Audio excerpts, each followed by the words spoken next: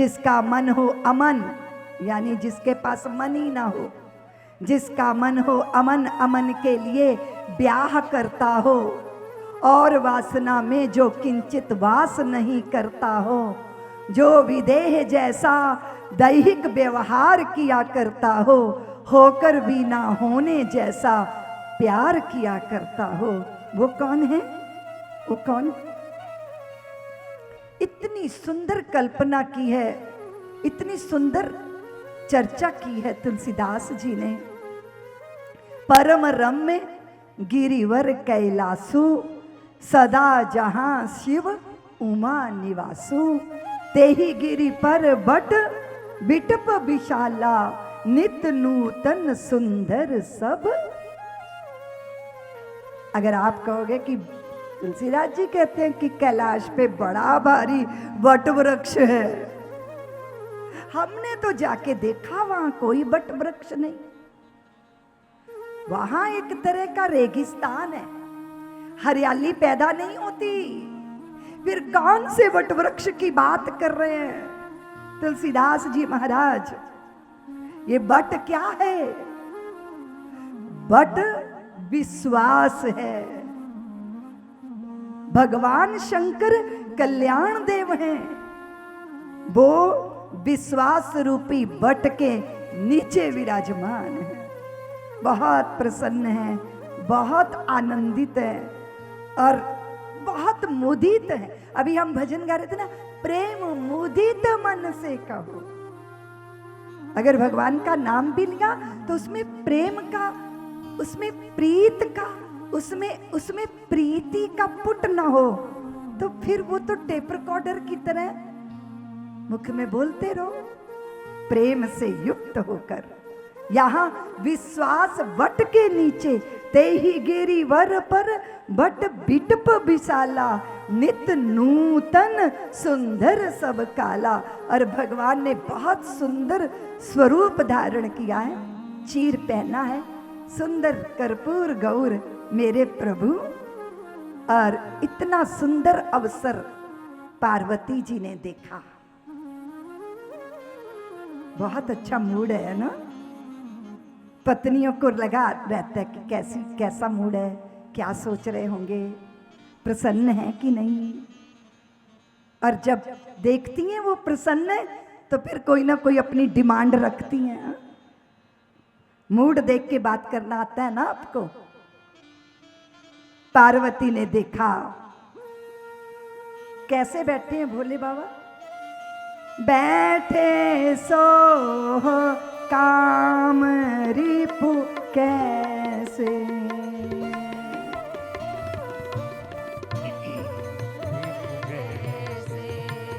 बैठे सो है काम रिपु कैसे,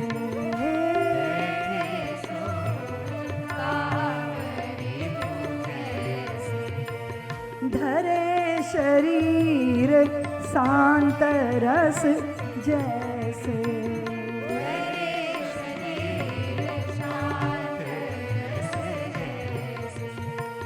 निज कर डास नाग रिपु छाला, निज कर डास नाग रिपु छाला, बैठे सहजई शंभु कृपाल, बैठे सहजई शंभु कृपाला, बैठे सहजई शंभु कृपाल, बैठे सहजई शंभु कृपाला, बैठे सो काम रिपु कैसे, बैठे सो काम रिपु कैसे, काम रिपु कामना के जो शत्रु हैं, जिनके चित्त से इच्छाएं विदा हो गई हैं,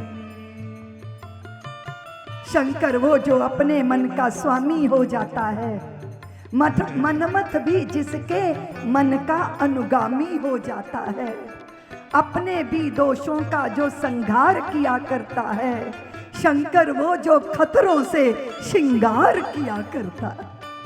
काम रिपु, सुनो देवियों, जो कामना के शत्रु हैं, जो इच्छाओं के शत्रु हैं, वे हैं भोले बाबा। वो कैसे बैठे हैं? जैसे शांत रस ने शरीर धारण कर लिया। रस बहुत तरह के होते हैं ना, एक वात्सल्य रस, एक श्रृंगार रस, एक वीर रस, और एक प्रेम रस, और एक शांत रस। ऐसी शांति, ऐसी अतीब शांति, मान लो शांति ने स्वयं शरीर धारण कर लिया हो, शांत रस ने स्वयं शरीर धारण कर लिया हो।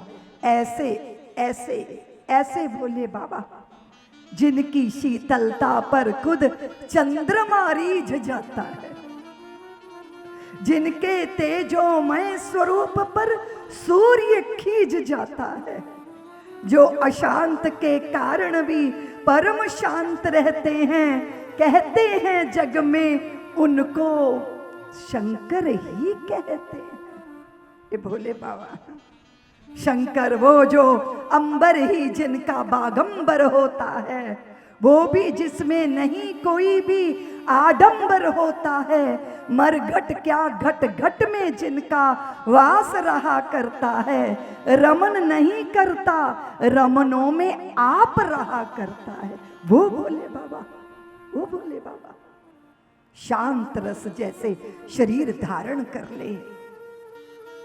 और ऐसे सुंदर अवसर को देखा है, सुंदर अवसर, और उस सुंदर अवसर को देखकर पार्वती जी पास गई हैं और नमस्कार निवेदन किया, प्रणत प्रणाम किया है। और जैसे ही पार्वती जी को देखा तो भगवान उठकर खड़े हो गए। जान प्रिया आदर अति कीना, जान प्रिया आदर अति कीना, बाम भाग हर आसन दीना, वाम भाग आसन हर दीना, जान प्रिया आदर अति कीना, जान प्रिया आदर अति कीना, जान प्रिया आदर अति कीना।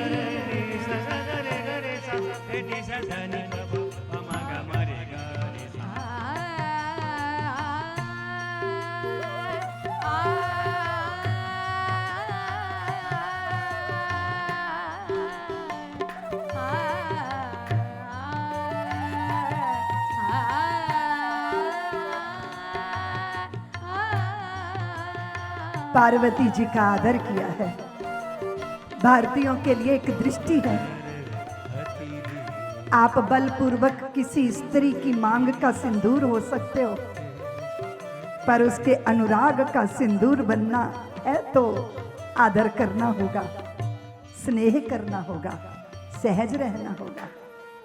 अगर आप अपने पौरुष का और अपने बल का उपयोग करोगे तो शरीर तो मिल सकता है, पर चित्त चेतना मन प्राप्त नहीं हो सकता।